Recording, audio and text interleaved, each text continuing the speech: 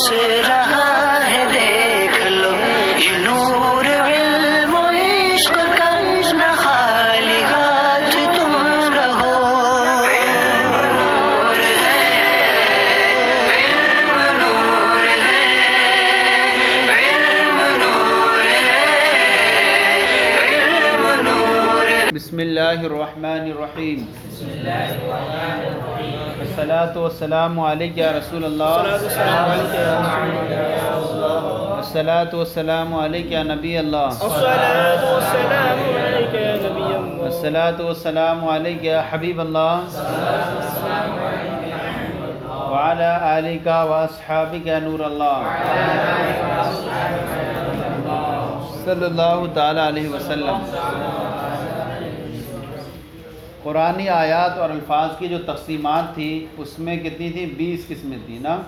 پہلی ہم نے پڑھی استدلال اور استنباط کے اعتبار سے قرآن پاک کی جو 4 تقسیمات ہیں ان میں سے الفاظ کی وضع معنی کے لیے تھی تو اس کی تھی اس اعتبار سے 4 قسمیں بنی تھیں، خاص، عام، مشترک، معول، اس درمیان میں مطلق اور مقید بھی آ گیا تھا۔ پھر دوسری جو تقسیمات ہم نے پڑھی وہ الفاظ کے معنی کا ظہور اور خفا،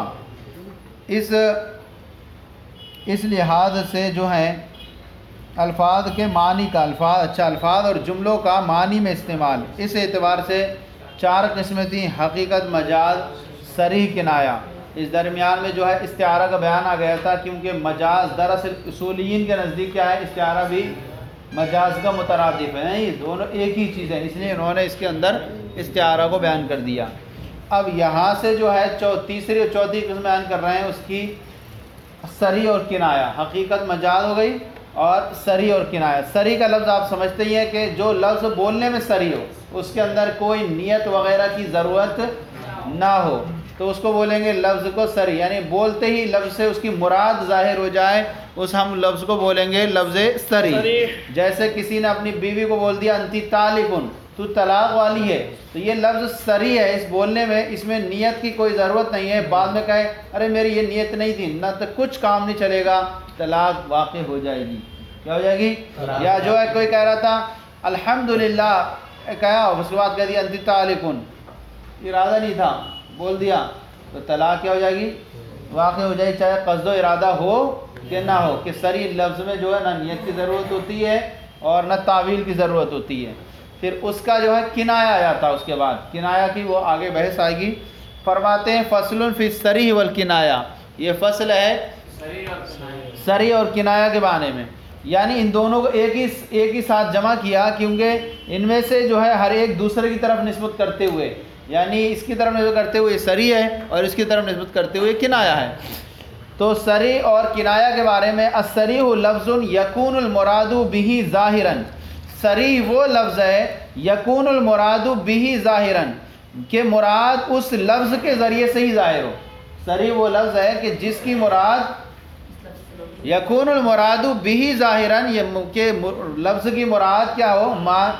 جو لفظ سے ہی ظاہر ہو، یعنی مراد جو ہے وہ لفظ سے ہی معنی اس کا ظاہر ہوتا ہو تو اس کو ہم بولیں گے صریح۔ جس کی مراد جو ہے لفظ سے ہی ظاہر ہو، جیسے کہا جائے بیتو و اشتریتو، بیتو یہ لفظ سے ہی ظاہر ہے کہ بیچنے پر دلالت کرتا ہے، اشتریتو یہ لفظ سے ہی دلالت کر رہی ہے اس بات پر کہ اس سے کیا ہے؟ خریدنا کا یہ لفظ ہے، اس میں کوئی نیت، کوئی تحقیق، کوئی زیادہ جستجو کی ضرورت نہیں ہے۔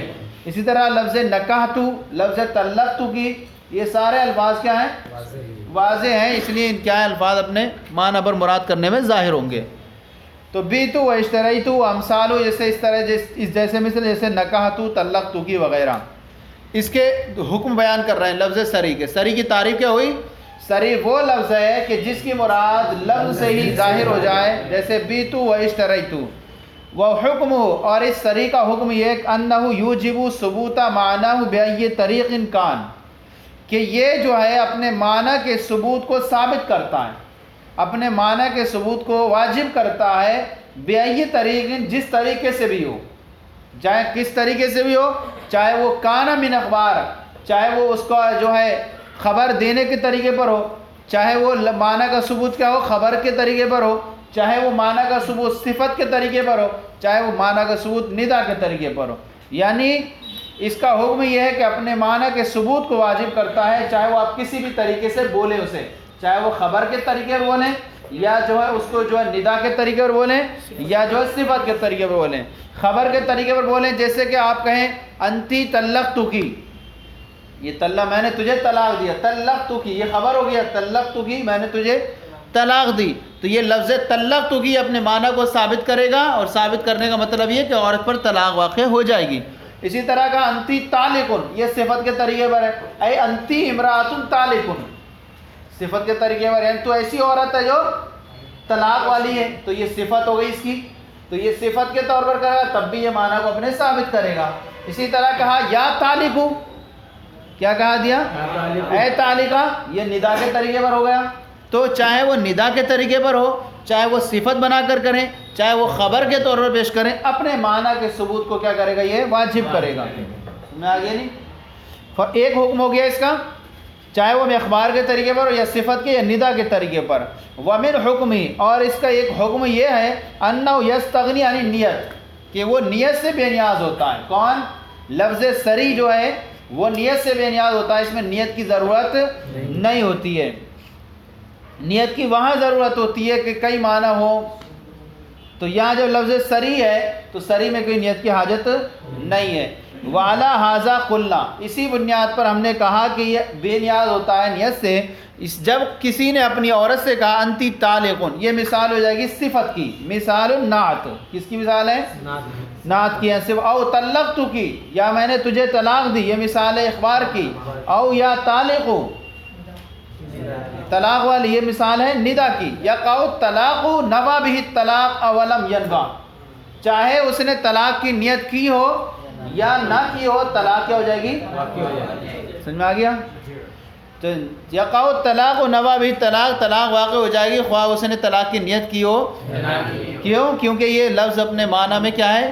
سری ہے، اور سری کا حکم یہ ہے کہ وہ نیت سے بے نیاز ہوتا ہے، اپنے معنی کے ثبوت کو واجب کرتا ہے. دو حکم اس کے بیان کیے، ایک تو یہ اپنے معنی کو ثبوت کو واجب کرتا ہے، اور اس کا حکم یہ کہ وہ نیت سے بے نیاز ہوتا ہے. وَلَوْ وَقَذَا لَوْ قَالَ لِعَبْدِي، اسی طرح اگر کسی نے اپنے غلام سے کہا، کیا کہا؟ انت حر، یہ مثال ہے کس کی؟ صفت کی. او حررتک، یا میں نے تجھے آزاد کیا. او یا حر، اے آزاد، تو کیا ہو جائے گا؟ یقع العتق، یقع العتق نوى به العتق اولم ينوى، عتق واقع ہو جائے گا چاہے اس نے عتق کی نیت کی ہو، اوپر والے مسئلے کی طرح. صحیح ہے نہیں؟ نوى به الطلاق، نوى به العتق اولم ينوى، چاہے وہ عتق کی آزادی کی اس نے نیت کی ہو یا نہ کی ہو، تو ایسی صورت میں وہ آزاد ہو جائے گا، کیونکہ یہ لفظ سری ہے، اور سری اپنے معنی میں نیت کا محتاج. اب یہاں پر ایک مسئلے کو ذکر لیں، وعلی ھذا قلنا، اسی بنیاد پر ہم نے کہا. پہلے تھوڑے سے مسئلے کو سمجھیں اور پھر اس کے بعد سمجھیں. قرآن پاک میں آیا فَإِن لَّمْ يَجِدُوا مَاءً فَتَيَمَّمُوا صَعِيدًا طَيِّبًا فَامْسَحُوا بِوُجُوهِكُمْ وَأَيْدِيكُمْ، آیا کہ آدمی حالت سفر میں ہو، فَإِن لَّمْ تَجِدُوا مَاءً، اگر تم پانی نہ پاؤ، فَتَيَمَّمُوا صَعِيدًا طَيِّبًا، تو پاک مٹی سے کیا کرو؟ تیمم کرو. وَلَٰكِن يُرِيدُ لِيُطَهِّرَكُمْ، یعنی اللہ تعالیٰ کیا کرتا ہے؟ یطہرکم، اللہ تعالیٰ تمہیں چاہتا ہے لیطہرکم، تاکہ تمہیں پاک کرے. یہ لفظ لیطہرکم یہ کیا ہے؟ اللہ تعالیٰ تمہیں پاک کرنا چاہتا ہے. یہ لفظ کیا ہے؟ اس میں سری ہے، اس کو یاد رکھ لیں. لفظ لیطہرکم یہ لفظ سری ہے. اب یہ اپنے معنی کو ثابت کرے گا. امام اعظم فرماتے ہیں اگر کوئی شخص پانی نہ پائے، پانی تو پاتا ہے لیکن استعمال پر قدرت بھی نہیں اسے، ایسا ہو کہ پانی مل گیا تو تیمم ٹوٹ جاتا ہے. پانی کا صرف دیکھنا ہی تیمم کو نہیں توڑتا، بلکہ پانی کے استعمال پر قدرت بھی ہو. صحیح ہے؟ تو اگر کوئی شخص پانی کا نہ پاتا ہو، یا پانی تو ہو لیکن استعمال پر قدرت نہ ہو، تو شریعت اجازت دیتی ہے کہ وہ تیمم کر لے شروط پائے جانے کی صورت میں. امام اعظم فرماتے ہیں کہ یہ تیمم جو ہے وضو کا خلیفہ ہے. کیا ہے یہ؟ اور خلیفہ کا حکم وہی ہوتا ہے جو اصل کا ہوتا ہے. لہذا اصل کا حکم جو ہوتا ہے، اب کیا ہوگا کہ اصل جو ہے اس کے ذریعے، ایک وضو کے ذریعے جتنی چاہے نمازیں پڑھ سکتے ہیں. ایک وقت عصر میں وضو کیا تو مغرب کی نماز پڑھ سکتے ہیں. ایسے ہی کسی نے تیمم کر لیا، اگر پانی نصیب نہیں ہو رہا ہے تو اسے وہ عصر کی بھی نماز پڑھ سکتا ہے، اس سے مغرب کی بھی نماز ادا کر سکتا ہے. کیوں؟ کیونکہ یہ طہارت مطلقہ ہے. کیا ہے ان کے نزدیک؟ بس اتنا اختلاف ہے امام شافعی امام اعظم کے نزدیک. یہ طہارت مطلقہ ہے، اور مطلق کا مطلب یہ ہے کہ جس طرح وضو جو ہے طہارت مطلقہ ہے کہ اس کے ذریعے جتنی چاہے نمازیں ادا کر سکتا ہے، ایسی تیمم سے بھی جب تک کہ اس کو ٹوٹنے کی جو شرائط نہ پائی جائیں تب تک یہ کیا رہے گا؟ برقرار رہے گا، اور اس کے ذریعے سے ایک سے کئی نمازیں ادا کر سکتا ہے. امام شافعی کے نزدیک جو ہے یہ طہارت ضروریہ ہے. دو قول ان کے، ایک تو یہ طہارت ضروریہ ہے، ایک تو یہ طہارت ضروریہ ہے. ضروریہ کا مطلب یہ ہے کہ ضرورت بقدر ضرورت ثابت ہوتی ہے، ضرورت بقدر ضرورت ثابت ہوتی ہے، لہذا وقت سے پہلے یہ تیمم نہیں کر سکتے. کیا نہیں کر سکتے؟ جب وقت آئے گا نماز کا تبھی وقت کرنا ہے، کیونکہ اس سے پہلے جو ہے ضرورت ہی نہیں ہوئی. جب ضرورت نہیں ہوئی، عصر کا وقت آیا، اس وقت وضو کریں اور فرض نماز پڑھیں. اب مغرب نہیں پڑھ سکتے اس سے، کیونکہ ضرورت صرف ایک فرض کے لیے ہوئی تھی، ضرورت صرف ایک فرض کے لیے ثابت ہوئی تھی، ایک فرض ادا ہوا، ختم ہو گئی. اب جب دوسرا فرض آئے گا تو نئی ضرورت ہوگی، تو نئی ضرورت کے لیے نیا تیمم کرنا پڑے گا. یہ امام شافعی کا سمجھ آ گیا. امام شافعی کے نزدیک طہارت ضروریہ مطلب یہ ہوتا ہے کہ ضرورت بقدر ضرورت ثابت ہوتی ہے. عصر کے وقت میں آپ کو پانی نہیں ملا، آپ قادر نہیں تھے اس پر، تو آپ کے لیے کیا ہوئی؟ طہارت کے لیے تیمم کی اجازت دی گئی کہ آپ بقدر ضرورت صرف فرض نماز ادا کر سکتے ہیں. ہاں نوافل تابع ہیں اس کے، لیکن آپ مغرب کی نماز اس سے نہیں پڑھ سکتے. جیسے ہی عصر کی پڑھیں گے آپ کا تیمم کیا ہو جائے گا؟ ختم ہو جائے گا. سمجھا؟ ایک تو قول ان کا یہ ہوا. دوسرا قول یہ ہے کہ یہ جو ہے تیمم طہارت ہی نہیں ہے، بلکہ کیا ہے؟ یہ ساتر حدث ہے. ساتر حدث ہے، رافع حدث نہیں ہے. رافع حدث کو اٹھانے والا نہیں ہے. ساتر حدث ہے، حدث کو اس نے چھپا لیا، حدث کو اس نے چھپا لیا. ابھی چھپا ہوا ہے کہ پانی جو ہے یہ اس کو چھپا لیا ہے، مجبوراً جو ہے اجازت دی گئی کہ ہاں اس سے وضو کر نماز پڑھ سکتا ہے. کیوں؟ کہتے ہیں کہ اگر کوئی شخص، یہ تیمم ساتر حدث ہے، رافع حدث نہیں ہے. رافع حدث ہوتا یعنی حدث کو ہٹانے والا ہوتا، اگر کوئی شخص پانی دیکھ لیتا ہے تو اس کا جو حدث چلا گیا تھا وہ لوٹ کر آ جاتا ہے. کیا ہوتا ہے؟ کیا آ جاتا ہے؟ لوٹ کے آ جاتا ہے، نہیں آ جاتا ہے. رافع حدث ہوتا تو پھر ختم ہو جاتا. کہہ رہے ہیں جو تیمم اس نے کیا، اگر کسی نے پانی مل گیا اسے تو کیا ہوا؟ اس کا تیمم ٹوٹ گیا. تیمم ٹوٹ گیا نہیں ٹوٹ گیا؟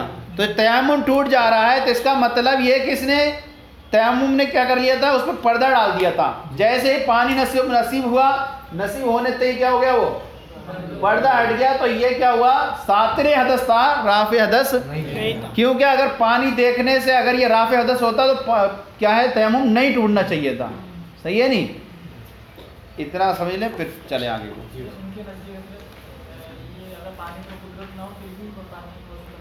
ہاں وہ آگے آ رہا ہے ان کے یہاں. فرماتے ہیں والا حاضہ قلنا، اسی بنیاد پر ہم نے کہا کہ سری جو ہے وہ ظاہر المراد ہوتا ہے. کیا ہوتا ہے؟ ظاہر المراد ہوتا ہے. یہ اپنے معنی کو ثابت کرتا ہے جس طریقے سے بھی کہ ان التیمم یفید الطہارۃ، یہ تیمم جو ہے وہ طہارت کا فائدہ دیتا ہے. لأن قولہ تعالیٰ، اس لیے کہ اللہ تعالیٰ کا ارشاد ولکن یرید لیطہرکم، لیکن اللہ تمہیں پاک کرنا چاہتا ہے. لیطہرکم یہ لفظ صریح ہے فی حصول الطہارۃ بہ ای بالتیمم، یہ کس سے؟ تیمم کے ذریعے سے طہارت کے حاصل ہونے کے سلسلے میں کیا یہ صریح ہے. ولی شافعی علیہ الرحمہ فی قولان، اور امام شافعی کے اس میں کیا ہیں؟ کس میں؟ تیمم کے بارے احدہما انہ طہارت ضروریہ، ایک قول تو یہ کہ یہ طہارت، اور نیچے لکھا ہے فیقتدر بقدریہ، تو یہ اپنی مقدار میں کیا ہوگی؟ ثابت ہوگا. ولیس قبل الوقت ولا بعدہ، وقت سے پہلے اور اس کے بعد یہ ثابت نہیں ہوگا. بقدر ضرورت ہے تو ضرور بقدر ضرورت ہوتی ہے، لہذا وقت سے پہلے بھی نہیں کر سکتے اور وقت کے بعد بھی ختم ہو جائے گا. بس جس وقت کے لیے نماز پڑھنا اسی کے لیے کریں گے. تو دو، ایک قول ہوا طہارت ضروریہ، وللآخر، اور دوسرا قول یہ ہے کہ یہ انہ لیس بطہارت، کہ یہ طہارت بل ہوا ساتر للحدث، بلکہ حدث کو یہ چھپانے والا ہے. کیا ہے؟ ہمارے نزدیک تو یہ ہے کیا؟ تیمم. نبی کریم صلی اللہ علیہ وسلم نے ارشاد فرمایا الصعید الطیب وضوء المسلم، دوسری لائن میں حاشیے میں سعید طیب جو ہے مسلمان کا وضو ہے ولو الی 10 سنین ما لم یجد الماء، اگرچہ وہ 10 سال تک پانی نہ پائیں. کیا ہے 10 سال تک اگر پانی نہ پائے تو سعید کیا ہے؟ سعید طیب ہی ہے مسلمان کا وضو ہے. تو یہ ساتر حدث ہے، رافع حدث نہیں ہے. ساتر حدث کا مطلب سمجھ آیا کہ چھپانے والا ہے، جب تک اس کے بعد پانی نہیں ہے تب تک اس پہ پردہ پڑا ہوا ہے. جیسے ہی پانی اس کو نظر آ گیا اس کا پردہ ہٹ جائے گا اور وضو کیا تیمم ٹوٹ جائے گا. اگر یہ رافع حدث ہوتا تو اس کو پانی دیکھ کر کے اس کا تیمم ٹوٹنا نہیں چاہیے تھا. تیمم ٹوٹ جا رہا ہے، اس کا مطلب یہ کہ ساتر حدث تھا، رافع حدث. والا ہادہ یخرج المسائل، اسی پر جو ہے 3 لائن کے اندر یہ سارے مسائل میں اختلاف ہوتا چلا جائے گا. ہمارے نزدیک جو ہے تیمم کرنے والا وضو کرنے والوں کی امامت کر سکتا ہے، کیونکہ وہ اصل کا طرح ہے، طہارت مطلقہ ہے. لیکن امام شافعی کے نزدیک نہیں کر سکتا کیونکہ یہ طہارت ضروریہ ہوا ہے، اور چونکہ کہتے ہیں کہ وضو کرنے والے اس سے افضل ہیں تیمم کرنے والے سے، اور افضلوں کی جو ہے کمزور جو ہے امامت نہیں کر سکتا. اسی طرح جو ہے وقت سے پہلے ادا کرنا یہ ہمارے نزدیک جائز ہوگا تیمم کرنا، لیکن ان کے نزدیک جائز نہیں. اسی طرح 2 فرضوں کو ادا کرنا ایک تیمم سے ہمارے نزدیک جائز ہوگا، لیکن ان کے نزدیک جائز. اسی طرح نماز عید کے فوت ہونے کا خوف ہے، نماز جنازہ کے فوت ہونے کا خوف ہے، تو ہمارے نزدیک جو ہے وہ تیمم کر کے شریک ہو سکتا ہے. لیکن امام شافعی کے نزدیک جو ہے وہ شریک نہیں ہو سکتا، کیونکہ ان کے نزدیک اس کی قضا ممکن ہے، ہمارے نزدیک کی قضا ممکن نہیں. ہاں اگر نماز جنازہ پڑھی جا چکی تھی اور ولی نے نہیں پڑھی تھی تو کیا ہے، وہ ولی تو کرا سکتا ہے اس کی، لیکن عام لوگوں کو اجازت نہیں ہے. تو اس طرح کے سارے مسائل ہیں، وہ انشاءاللہ کل بیان کریں گے. تو اتنا سمجھ لیں، اس کے اندر 2 قول لکھے ہوئے، اور ہمارے نزدیک طہارت ضروریہ نہیں ہے، مطلقہ ہے. وضو کا خلیفہ ہے تو جو اصل کا حکم ہوتا تھا. صلو علی الحبیب صلی اللہ علیہ